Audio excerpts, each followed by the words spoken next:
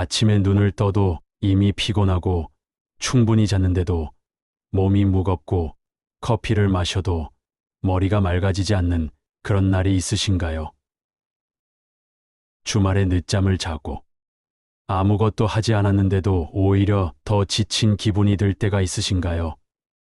병원에 가서 검사를 받아봐도 특별한 이상이 없다고 나오는데 왜 이렇게 늘 피곤할까요? 혹시 여러분도 이런 경험이 있으신가요? 일을 마치고 집에 돌아와서도 진짜 쉬어지지 않는 느낌, 스마트폰을 보며 누워 있어도 마음 한구석이 계속 바쁘게 돌아가는 그런 상태 말입니다. 친구들과 만나서 수다를 떨어도 드라마를 보며 웃어도 맛있는 음식을 먹어도 어딘가 텅 빈 것 같은 허전함과 피로감이 사라지지 않습니다. 그래서 더 자극적인 것을 찾게 되고 더 바쁘게 무언가를 하려고 하지만 피로는 오히려 깊어만 갑니다. 직장에서는 업무에 쫓기고 집에서는 가사일과 육아에 치이고 잠깐의 여유 시간마저 SNS를 확인하거나 유튜브를 보며 보내다 보니 정작 내 마음이 진짜 쉴 수 있는 시간은 없습니다. 휴가를 가도 여행 일정에 쫓기고 주말에도 밀린 일들을 처리하느라 바쁩니다. 이렇게 살다 보니 언제부터인가 나는 왜 이렇게 늘 피곤할까라는 생각이 마음 한구석에 자리 잡게 됩니다. 하지만 부처님의 가르침에는 이런 현대인의 피로에 대한 깊은 통찰이 담겨 있습니다. 부처님께서는 이미 2500년 전에 말씀하셨습니다. 진정한 피로는 몸에서 오는 것이 아니라 마음에서 비롯되느니라. 마음이 쉬지 못하면 몸도 쉬지 못하고 마음이 평온해야 진정한 휴식이 찾아오느니라. 오늘은 부처님의 지혜를 통해 우리가 왜 늘 피곤한지 그리고 어떻게 하면 마음의 에너지를 회복할 수 있는지 함께 알아보겠습니다. 단순히 잠을 더 자거나 영양제를 먹는 것을 넘어서 마음 깊은 곳에서부터 솟아나는 진정한 활력을 되찾는 방법을 찾아보겠습니다. 지금 이 순간부터 여러분의 마음의 고요한 쉼이 깃들기 시작할 것입니다. 어느 날 한 제자가 지친 얼굴로 부처님을 찾아왔습니다. 그는 깊은 한숨을 내쉬며 조심스럽게 입을 열었습니다. 스승님, 저는 요즘 너무 피곤합니다. 밤에 잠을 충분히 자도 아침에 일어나기가 힘들고 하루 종일 몸이 무겁고 머리가 맑지 않습니다. 일을 할 때도 집중이 잘 안 되고 조금만 움직여도 금세 지쳐버립니다. 이상한 것은 몸은 분명 쉬고 있는데도 마음 한구석이 계속 바쁘게 돌아가는 것 같다는 점입니다. 부처님께서는 제자의 피곤한 얼굴을 자비로운 눈빛으로 바라보시며 조용히 고개를 끄덕이셨습니다. 그리고 따뜻한 목소리로 말씀하셨습니다. 그대의 마음을 이해하노라. 현대를 살아가는 많은 이들이 그대와 같은 피로에 시달리고 있느니라. 부처님께서는 잠시 주변을 둘러보시더니 마른 우물을 가리키며 말씀을 이어가셨습니다. 저 마른 우물을 보아라. 아무리 두레박을 내려도 물이 나오지 않는다. 왜 그럴까? 우물 밑에 샘이 막혔기 때문이다. 그대의 피로도 마찬가지이니라. 진정한 에너지의 원천이 막혀 있기 때문에 아무리 휴식을 취해도 생기가 돌지 않는 것이다. 그렇다면 스승님, 제 마음의 샘은 무엇 때문에 막힌 것입니까? 부처님께서는 미소를 지으시며 차근차근 설명해 주셨습니다. 그대의 마음은 지금 3가지 큰 바위로 막혀 있느니라. 첫째는 끊임없는 생각의 바위, 둘째는 욕망과 불안의 바위, 셋째는 과거와 미래에 매달리는 집착의 바위이다. 이 바위들이 마음의 샘을 막고 있어 진정한 휴식이 불가능한 것이다. 제자는 고개를 끄덕이며 다시 물었습니다. 그렇다면 이 바위들을 어떻게 치워야 합니까? 저는 정말로 마음의 평안을 되찾고 싶습니다. 부처님께서는 조용히 손을 들어 바람에 흔들리는 나무짚을 가리키셨습니다. 저 나무짚을 보아라. 바람이 불 때는 흔들리지만 바람이 멈추면 고요해진다. 그대의 생각도 마찬가지다. 끊임없이 무언가를 생각하고 계획하고 걱정하느라 마음이 쉴 틈이 없는 것이니라. 스승님, 그런데 생각을 아예 안 할 수는 없지 않습니까? 물론이다. 하지만 생각에 휘둘리지 않는 법은 배울 수 있느니라. 하루에 단 5분이라도 아무 생각 없이 호흡만 바라보는 시간을 가져보아라. 처음에는 온갖 생각이 올라오겠지만 그 생각들을 바라만 보고 따라가지 말라. 부처님께서는 실제적인 방법을 가르쳐 주셨습니다. 매일 같은 시간에 조용한 곳에 앉아 눈을 감아라. 그리고 숨이 들어오고 나가는 것만 느껴보아라. 생각이 올라오면 아, 생각이 일어나는구나 하고 인정한 뒤 다시 호흡으로 돌아와라. 이것이 바로 마음의 샘을 뚫는 첫 번째 방법이니라. 현대인들에게 이는 매우 중요한 가르침입니다. 우리는 깨어있는 시간 대부분을 생각하며 보냅니다. 일하는 중에도, 밥 먹을 때도, 심지어 쉬는 시간에도 머릿속은 끊임없이 돌아갑니다. 이런 생각의 과부하가 바로 우리를 지치게 만드는 주된 원인입니다. 제자는 부처님의 첫 번째 가르침에 고개를 끄덕이며 또 다른 질문을 했습니다. 스승님, 생각을 줄이는 것도 중요하지만 제 마음속에는 늘 불안이 자리 잡고 있습니다. 더 잘해야 한다는 압박감, 뒤처지면 안 된다는 조급함, 무언가를 더 얻어야 한다는 욕망들이 저를 쉬지 못하게 합니다. 부처님께서는 깊이 고개를 끄덕이시며 근처에 있던 모랑아리를 가리키셨습니다. 저 모랑아리를 보아라. 항아리에 구멍이 뚫려 있으면 아무리 물을 부어도 계속 새어나간다. 그대의 마음도 욕망과 불안이라는 구멍이 뚫려 있어 아무리 에너지를 채워도 금세 빠져나가는 것이니라. 그렇다면 어떻게 해야 이 구멍을 막을 수 있습니까? 먼저 그대가 진정으로 필요한 것이 무엇인지 살펴보아라. 대부분의 욕망은 실제 필요가 아니라 다른 사람과의 비교에서 생겨나는 허상이니라. 그리고 불안의 90%는 실제로 일어나지 않는 일에 대한 걱정이다. 부처님께서는 구체적인 실천법을 제시하셨습니다. 매일 저녁 자기 전에 오늘 하루 내가 진정으로 필요했던 것은 무엇인가를 물어보아라. 그리고 내일 걱정하고 있는 일 중에 내가 지금 당장 할 수 있는 것은 무엇인가를 생각해 보아라. 할 수 있는 것은 하고 할 수 없는 것은 내려놓는 것이 마음의 평안을 되찾는 길이니라. 우리는 종종 가지지 못한 것에 집중하느라 이미 가진 것의 소중함을 놓칩니다. 남들과 비교하며 더 많은 것을 원하고 아직 일어나지도 않은 일을 걱정하며 현재의 평안을 잃어버립니다. 이런 마음의 패턴이 우리의 에너지를 고갈시키는 주요 원인입니다.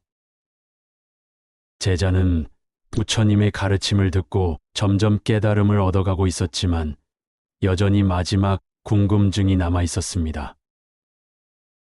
스승님, 생각도 줄이고 욕망도 내려놓으려 노력하고 있는데 왜 자꾸 과거의 실수나 미래의 걱정에 마음이 끌려가는 걸까요? 현재에 집중하려고 해도 쉽지 않습니다. 부처님께서는 흐르는 강물을 바라보시며 지혜로운 미소를 지으셨습니다. 강물은 과거에 흘렀던 곳을 그리워하지도 않고 앞으로 갈 바다를 걱정하지도 않는다. 오직 지금 이 순간 흘러갈 뿐이다. 그래서 강물은 늘 맑고 생동감이 넘치는 것이니라. 하지만 인간은 과거의 기억과 미래의 계획이 있어야 하지 않습니까? 물론이다. 하지만 과거는 배움을 위해서만, 미래는 준비를 위해서만 잠깐 들여다보면 된다. 문제는 과거의 후회와 미래의 불안 속에 마음이 계속 머물러 있는 것이니라. 부처님께서는 실생활에서 적용할 수 있는 방법을 가르쳐 주셨습니다. 지금 이 순간 그대가 하고 있는 일에만 온전히 집중해 보아라. 밥을 먹을 때는 밥맛만 느끼고, 걸을 때는 발걸음만 느끼고, 사람과 대화할 때는 그 사람의 말에만 귀 기울여라. 이것이 바로 현재에 머무르는 가장 쉬운 방법이니라. 현재 순간에 완전히 집중할 때 우리의 마음은 진정한 휴식을 얻습니다. 과거나 미래의 마음이 흩어져 있을 때 우리는 실제로는 아무것도 제대로 경험하지 못하며 이것이 마음의 피로를 가중시킵니다. 며칠 후 제자는 다시 부처님을 찾아왔습니다. 이번에는 얼굴에 조금 더 생기가 돌고 있었습니다. 스승님, 가르쳐 주신 대로 실천해 보니 마음이 조금씩 편해지는 것을 느낍니다. 그런데 한 가지 더 궁금한 것이 있습니다. 저는 그동안 쉰다고 생각했던 것들이 실제로는 저를 더 지치게 만들고 있었다는 것을 깨달았습니다. 진정한 휴식이란 무엇입니까? 부처님께서는 제자의 변화를 기뻐하시며 말씀하셨습니다. 잘 깨달았구나. 많은 이들이 휴식과 자극을 혼동하고 있느니라. 스마트폰을 보거나 시끄러운 곳에서 친구들과 떠들거나 자극적인 영상을 보는 것은 휴식이 아니라 또 다른 소모이다. 그렇다면 진정한 휴식은 무엇입니까? 진정한 휴식은 마음이 아무것도 붙잡지 않는 상태이니라. 마치 맑은 호수가 바람이 없을 때 완전히 고요해지듯 마음이 어떤 자극도 추구하지 않고 평온하게 머무르는 것이다. 부처님께서는 구체적인 진정한 휴식법을 제시하셨습니다. 하루에 30분이라도 모든 전자기기를 끄고 조용한 곳에 앉아 있어 보아라. 아무것도 하지 말고 아무것도 생각하려 하지 말고 그저 존재하기만 하라. 처음에는 불편하겠지만 이것이 바로 마음의 배터리를 진정으로 충전하는 방법이니라.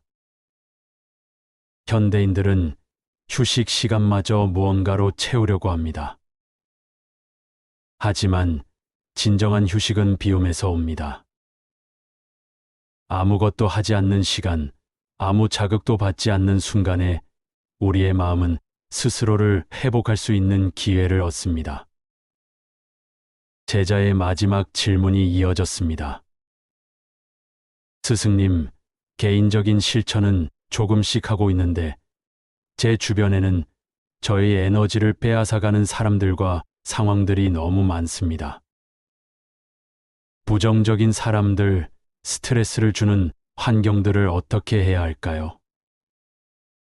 부처님께서는 깊이 고개를 끄덕이시며 정원의 꽃밭을 가리키셨습니다. 정원사가 아름다운 꽃을 키우려면 꽃에게 물과 햇빛을 주는 것만으로는 부족하다.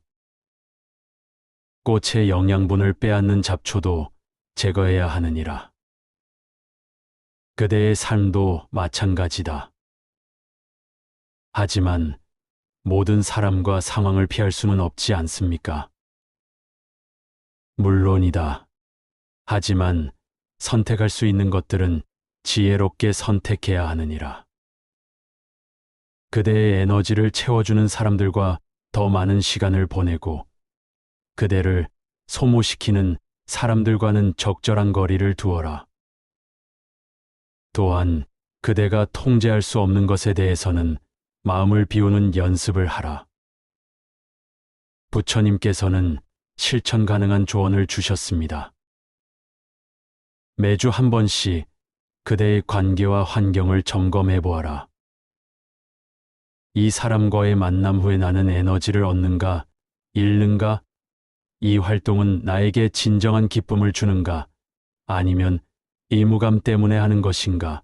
정직하게 답해보고 가능한 범위에서 조금씩 조정해 나가라. 우리의 에너지는 유한합니다. 그 소중한 에너지를 어디에 쓸지 의식적으로 선택하는 것이 중요합니다. 모든 것을 바꿀 수는 없지만 작은 것부터 하나씩 바꿔나가면 놀라운 변화를 경험할 수 있습니다. 제자는 부처님의 모든 가르침을 가슴 깊이 새기며 감사의 절을 올렸습니다. 스승님, 이제야 제가 왜 늘 피곤했는지 알겠습니다. 제 마음의 샘을 막고 있던 바위들을 하나씩 치워나가겠습니다. 부처님께서는 따뜻한 미소로 제자를 바라보시며 마지막 당부를 하셨습니다. 기억하거라. 진정한 에너지는 밖에서 얻는 것이 아니라 안에서 솟아나는 것이니라. 그대의 마음이 맑아질수록 샘물은 더욱 힘차게 솟아날 것이다. 오늘 우리가 부처님의 가르침을 통해 배운 것은 단순하지만 깊은 진리입니다. 우리가 느끼는 피로의 90%는 몸의 문제가 아니라 마음의 문제입니다. 끊임없는 생각, 욕망과 불안, 과거와 미래에 대한 집착, 잘못된 휴식 방법, 에너지를 빼앗는 관계들이 우리 마음의 샘을 막고 있었습니다. 하지만 다행히 이 모든 것들은 우리가 바꿀 수 있는 것들입니다. 작은 것부터 시작해 보세요.